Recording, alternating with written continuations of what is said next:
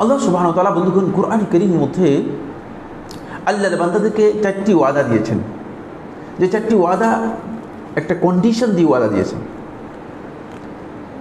এই 4টি ওয়াদা এত গুরুত্বপূর্ণ যে এই কন্ডিশনটা পূরণ করলেই আপনি আল্লাহ তাআলার সেই ওয়াদাটুকু পেয়ে যাবেন। আর এটার আরেকটি দিক হচ্ছে এটা সকল বান্দাদের জন্য আল্লাহ তাআলা উন্মুক্ত করে দিয়েছেন, কন্ডিশন দিয়েছেন, শর্ত দিয়েছেন, কোরআনে কারীমের মধ্যে সকল বান্দাদের জন্য মুক্ত করে দিয়েছেন। 4টি ওয়াদা দিয়েছেন। কোরআনে কারীমের মধ্যে কিছু আয়াতের মধ্যে ওয়াদা আছে, প্রতিশ্রুতি, আবার কিছু আয়াতের মধ্যে আল্লাহর পক্ষ থেকে সতর্ক বাণী রয়েছে, আল্লাহর পক্ষ থেকে বান্দাদেরকে ধমক দেওয়া হয়েছে, সতর্কতার ইঙ্গিত দেওয়া হয়েছে। যে আয়াতগুলোর মধ্যে আল্লাহ রাব্বুল আলামিন ওয়াদা দিয়েছেন, কন্ডিশন দিয়েছেন, সেই আয়াতগুলো শুধুমাত্র সংক্ষেপে বলে যাব। এগুলো খুবই গুরুত্বপূর্ণ। তারপরে আমরা মূল কথায় যাব। 1 নম্বর, আল্লাহ রাব্বুল আলামিন আমাদেরকে ওয়াদা দিয়েছেন শর্ত দিয়ে। শর্তটা আগে উল্লেখ করেছেন। আল্লাহ রাব্বুল আলামিন ইরশাদ করেন, লা ইন শাকারতুম লা আযীদান্নাকুম, যদি তোমরা আমার শুকরিয়া আদায় করো, লা আযীদান্নাকুম, অবশ্যই আমি তোমাদেরকে বাড়িয়ে দিব, অতিরিক্ত দিব। যখন বাড়ায় যাওয়ার কথা বলছেন তখন কিন্তু অবশ্যই দিয়ে বলতেছেন, 2টা তাকিদ দিয়েছেন, অবশ্যই, বুঝতে পেরেছেন? অবশ্যই আমি তোমাদেরকে বাড়িয়ে দিব, কিন্তু শর্ত আছে, লা ইন শাকারতুম, যদি শুকরিয়া আদায় করো। যদি কোনো বান্দা তিনি দেখেন যে নিয়ামতের মধ্যে তার নকশ হচ্ছে, কমে যাচ্ছে, কোনো নিয়ামত তার মনে হয় যেন আল্লাহ রাব্বুল আলামিন ছিনিয়ে নিয়ে যাচ্ছেন, উঠে নিয়ে যাচ্ছেন, তাহলে তাকে আল্লাহ শুকরিয়া আদায় করতে হবে। এটাই আল্লাহ তাআলা শর্ত করে দিচ্ছেন, বুঝছেন? শুকরিয়া আদায় করলে দেখবেন যে আল্লাহ তাআলা কি করতেছেন, আরো বাড়িয়ে দিচ্ছেন। কিন্তু দুর্ভাগ্যের বিষয় হচ্ছে আমরা আল্লাহ তাআলা শুকরিয়া আদায় করি না। সুস্থ হলেও শুকরিয়া আদায় করি না, অসুস্থ হলেও শুকরিয়া আদায় করি না। কোন অবস্থায় কি কাজ করতে হবে সেটাই আমরা অনেকেই জানি না, জানি না। 1 নম্বর পয়েন্ট। 2 নম্বর পয়েন্ট হচ্ছে ফাযকুরুনি আযকুরকুম। দেখছেন, আল্লাহ তাআলা বলেন ফাযকুরুনি, তোমরা আমাকে স্মরণ করো, তাহলে আমি তোমাদেরকে স্মরণ করব। বুঝতে পেরেছেন? আপনি বালা মুসিবত আসে, বিপদ আপদ আসে, সমস্যা আসে, সংকট আসে, আপনি আপনার রবকেই ভুলে যান, আল্লাহকে ভুলে থাকেন, তাহলে কি আল্লাহ তাআলা আপনাকে স্মরণ করবেন কিনা, কি মনে করেন? একে শর্ত দেওয়া রয়েছে, দেবো আদার সাথে শর্ত রয়েছে। দেখছেন, আমরা আল্লাহকে স্মরণ করি না, যখন স্মরণ করার দরকার হয় তখন স্মরণ করি না। আল্লাহ রাব্বুল আলামিনকে যদি আপনি স্মরণ করতে পারেন, তাহলে আল্লাহ তাআলা প্রতিশ্রুতি দিচ্ছেন, ওয়াদা দিচ্ছেন যে আমি তোমাকে স্মরণ করব। এগুলো আয়াতের তাফসীর করলে অনেক, প্রত্যেকটি বক্তব্যের 1 ঘন্টা 2 ঘন্টা তাফসীর রয়েছে, সেদিকে আমি যাব না। আমি জাস্ট ওয়াদাগুলো বলে আমি মূল কথায় চলে যাব, আমার বক্তব্যে চলে যাব। দেখেন, আল্লাহ সুবহানাহু ওয়া তাআলা বান্দাকে ভুলে যাননি। বান্দা হয়তো আল্লাহকে ভুলে যেতে পারে, আমরা তো আল্লাহকে ভুলে যাই, জায়গায় জায়গায় ভুলে যাই, যেখানে দরকার সেখানে ভুলে যাই। অনেক সময় শয়তান এসে আস্তে করে আমাকে ভুলিয়ে দেয়, বুঝতে পেরেছেন?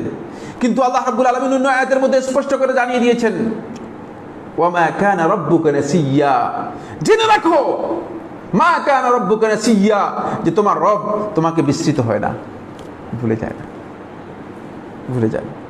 এই আয়াতের তাফসীর মধ্যে ইমাম শাফিঈ রাহমাতুল্লাহ উল্লেখ করেন, তিনি বলেন যে আয়াতের মধ্যে আল্লাহর বান্দাদের জন্য 2টি নির্দেশনা রয়েছে। যারা মাজলুম, অত্যাচারী, যারা মাকরুব, বিপদাপন্ন, যারা মারিদ, অসুস্থ, তাদের জন্য আল্লাহর পক্ষ থেকে এই আয়াতের মধ্যে একটা সান্ত্বনা রয়ে গিয়েছে। সেটা হচ্ছে এই যে তোমার আল্লাহ কিন্তু তোমাকে ভুলে নাই, একটু স্মরণ করো, তাহলে তোমাকে স্মরণ করবে। বুঝতে পেরেছেন? ওই যে ফাযকুরুনি আযকুরকুম, তোমার আল্লাহ তোমাকে ভুলেন নাই, সুতরাং তুমি আল্লাহ রাব্বুল আলামিনকে স্মরণ করো, তাহলে অবশ্যই আল্লাহ তাআলা স্মরণ করবেন। আল্লাহ কিন্তু ভুলে নাই। সান্ত্বনা আছে। আমরা এই সান্ত্বনা এখানে খুঁজে পাই না। তার কারণ হচ্ছে আল্লাহ তাআলার সাথে আমাদের যে রিলেশনটুকু, আমাদের যে সম্পর্কটুকু, সেই সম্পর্কটুকু সেই মানের হয়নি। সেকেন্ড হচ্ছে যে জালিম, অত্যাচারী, যে তাগুত, সীমালঙ্ঘনকারী, যে নাফরমান, মুজরিম, অপরাধী, তার জন্য আল্লাহর পক্ষ থেকে এই আয়াতের মধ্যে শাস্তির সতর্ক সংকেত রয়ে গিয়েছে। ওয়ামা কানা রাব্বুকা নাসিয়া, খবরদার, তোমার রব কিন্তু বিস্মিত হয়ে রয়নি যে তুমি যেগুলো করতেছো যেগুলো ভুল দেখতেছেন না, খবর নাই। বুঝতে পেরেছেন? এই আয়াতের মধ্যে কথা ইমাম শাফি রহমাতুল্লাহ বলতেছেন। এই তাফসীরটা ইমাম শাফি রহমাতুল্লাহ সরাসরি বক্তব্য, তার বক্তব্য থেকে কোট করেছি। বন্ধুগণ, এই জন্য আল্লাহ রাব্বুল আলামিনকে স্মরণ করলে আল্লাহ তাআলা আপনাকে স্মরণ করবেন। আল্লাহ তাআলার মাখলুকাতের সংখ্যা, আমি যদি চিন্তা করি আমি একজনই মাখলুক আমার কাছে, ঠিক না? কিন্তু আল্লাহ রাব্বুল আলামিনের মাখলুকাতের কোটি কোটি মাখলুকাতের সংখ্যা কত আল্লাহ তাআলা ছাড়া আর কেউ জানেন না, আল্লাহ রাব্বুল আলামিন ছাড়া আর কেউ জানেন না। কিন্তু তারপরেও আল্লাহ রাব্বুল আলামিন এই কথা বলে দিচ্ছেন, ওয়াদা করতেছেন যে যদি আমাকে তুমি স্মরণ করো তাহলে আমি স্মরণ করবো। বুঝতে পেরেছেন? এটা কত বড় আল্লাহর পক্ষ থেকে বড় ওয়াদা। থার্ড, 3 নম্বর হচ্ছে এখানে আল্লাহ সুবহানাহু ওয়া তাআলা শর্ত করেছেন এবং ওয়াদা দিয়েছেন, কিন্তু সুবহানাল্লাহ আল্লাহ রাব্বুল আলামিন শর্তটা পরে নিয়েছেন, ওয়াদাটা আগে নিয়ে আসছেন। আল্লাহ রাব্বুল আলামিন শর্তটাকে পরে দিয়েছেন, ওয়াদাকে আগে দিয়েছেন, বান্দাকে বুঝানোর জন্য যে বান্দা তোমাকে যে শর্ত দিচ্ছি এর আগে ওয়াদা করে নিলাম যে তোমার এই শর্ত পূরণ করবই। বুঝছেন? উজিবু দাওয়াতাদ দাঈ ইযা দাআন, যখন আমার বান্দা আমার কাছে দোয়া করে আমি তার দোয়া কবুল করি। উদউনি আস্তাজিব লাকুম, আমাকে ডাকো আমি তোমার দোয়া কবুল করব। এই আয়াতের মধ্যে জুমহুর আহলুত তাফসীরগণ বলেছেন যে আল্লাহ রাব্বুল আলামিনের কাছে আল্লাহর বান্দা যদি সত্যিকার ভাবে দোয়া করতে পারে, একটি দোয়া আল্লাহ রাব্বুল আলামিন বান্দার কবুল না করে, বান্দার দোয়াকে আল্লাহ রাব্বুল আলামিন কি করেন না? প্রত্যাখ্যান করেন। কখনো প্রত্যাখ্যান করেন না। বান্দার দোয়াকে আল্লাহ সুবহানাহু ওয়া তাআলা প্রত্যাখ্যান করেন না, ফেলে দেন না। বুঝছেন? আমাদের কাছে তো দরখাস্ত মনে করেন 100 আসলে আমরা সামর্থ্য অনুযায়ী দরখাস্ত কি করব? এলাও করব। জি, দেখবো যে এটা চলবে কি, আমার সামর্থ্য কত, আমি কতজনকে চাকরি দিতে পারবো। আপনার যদি চাকরির কোটা থাকে 10 জনের, আপনি শুধুমাত্র 10 জনকে কি করতে পারবেন? 10 জনকে নিতে পারবেন। আর বাকি 200 জন যে দরখাস্ত করেছে বাকিরা কি বাদ। কিন্তু আল্লাহ রাব্বুল আলামিনের ক্ষেত্রে কি এটা খাটবে? আমরা এটা বুঝি নাই। আল্লাহ রাব্বুল আলামিনের কাছে আমার বন্ধুগণ আমরা আমাদের দোয়াটাকে আল্লাহ তাআলার কাছে উঠাতে পারিনি। এখানে আল্লাহ রাব্বুল আলামিন স্পষ্ট করে বলে দিয়েছেন, সূরা গাফিরের 60 নম্বর আয়াতের মধ্যে আল্লাহ সুবহানাহু ওয়া তাআলা বলেন, ওয়া ক্বালা রাব্বুকুম উদউনি আস্তাজিব লাকুম, তোমাদের রব বলছেন উদউনি, তোমরা আমাকে ডাকো, আস্তাজিব লাকুম, আমি তোমাদের ডাকে সাড়া দেব। আল্লাহ রাব্বুল আলামিনকে আপনি ডাকলেই সাড়া পেয়ে যাবেন। এমন ভাবে বলেছেন যেটা আল্লাহ তাআলার পক্ষ থেকে ওয়াদা। আর আল্লাহ সুবহানাহু ওয়া তাআলা তার ওয়াদা খেলাফ করবেন কিনা? ইন্নাল্লাহা লা ইউখলিফুল মিআদ, আল্লাহ তাআলা তার ওয়াদা কখনো খেলাফ করেন না। ওয়াদা আল্লাহ রাব্বুল আলামিন কখনো খেলাফ করবেন না। এরপর আল্লাহ তাআলা বলেছেন ইন্নাল্লাযীনা ইস্তাকবিরুনা আন ইবাদাতি, আর যারা আমার কাছে দোয়া করতে, ইস্তাকবিরুনা আন ইবাদাতি, আমার ইবাদত থেকে যারা অহংকার করে, মানে আল্লাহর কাছে দোয়া করে না যারা, তারাই হচ্ছে মূলত অহংকারী। বুঝতে পেরেছেন? আল্লাহর কাছে যারা চায় না, চাইতে হয়, যারা আল্লাহ তাআলার কাছে চাইবে না তারা সায়াদখুলুনা জাহান্নামা দাখিরিন, অচিরেই জাহান্নামে প্রবেশ করবে লাঞ্ছিত হয়ে, লাঞ্ছিত ভাবে তাদেরকে আল্লাহ রাব্বুল আলামিন জাহান্নাম দেবেন। 4 নম্বর হচ্ছে যে বললাম না 4টে ওয়াদা, তো 4টে ওয়াদা বলছে। 4 নম্বর হচ্ছে ওয়ামা কানা আল্লাহু মুআযযিবাহুম ওয়া হুম ইস্তাগফিরুন, ওয়ামা কানা আল্লাহু মুআযযিবাহুম, আল্লাহ রাব্বুল আলামিন কোনদিন আল্লাহর বান্দাদেরকে শাস্তি দিবেন না যদি বান্দা আল্লাহ তাআলার কাছে ক্ষমা প্রার্থনা করে।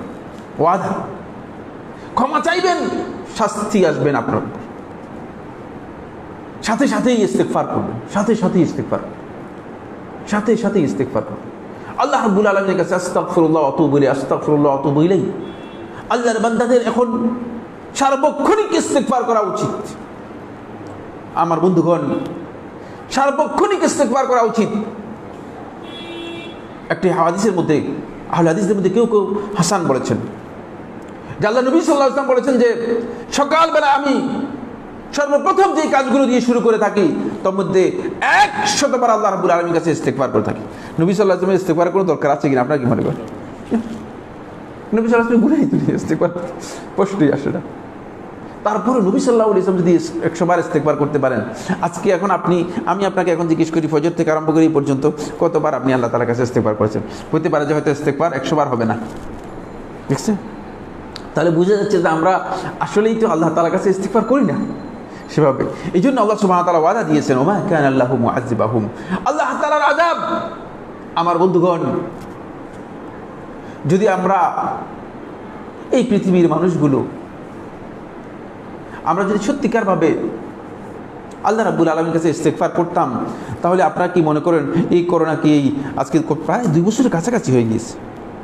19 সালের নভেম্বরের থেকে শুরু হয়েছে, 2 বছর পর্যন্ত আল্লাহর আযাব। আজকেও তো আমরা ঘোষণা দিই নেই, ইস্তেগফার করি না। আমাদের অবস্থা কি? অপরাধ চলছে, অন্যায় চলছে, জুলুম চলছে, সীমালঙ্ঘন চলছে, অশ্লীলতা চলছে, বেহায়াপনা চলছে, সমস্ত খারাপ কাজ যা আছে সবগুলো চলছে। তাহলে আপনি কি মনে করেন শুধুমাত্র লকডাউনের মাধ্যমে আপনি এটাকে দৌড়াতে পারবেন? এটা ভুল চিন্তা। সংশ্লিষ্ট সকলের মাথার মধ্যে এটা আনতে হবে, এটা ভুল চিন্তা। এখন সময় এসেছে সত্যিকার ভাবে এই বিবেচনা করার যে আল্লাহ রাব্বুল আলামিনের কাছে আমরা সত্যিকার ইস্তেগফার করতে পারি কিনা, ক্ষমা প্রার্থনা করতে পারি। আমাদেরকে আল্লাহ তাআলার কাছে ক্ষমা চাইতে, অপরাধের জন্য আল্লাহ তাআলার কাছে ধর্ণা দিতে হবে। তাহলে এই 4টি পয়েন্টে আল্লাহ তাআলা কোরআনে কারীমে ওয়াদা দিয়েছেন। আজকের পয়েন্টটা শুধুমাত্র একটাই, সেটা হলো যে আল্লাহ তাআলা যে বলেছেন যে উদউনি, তোমরা আমার কাছে দোয়া করো, আস্তাজিব লাকুম, আমি তোমাদের দোয়া কবুল করব।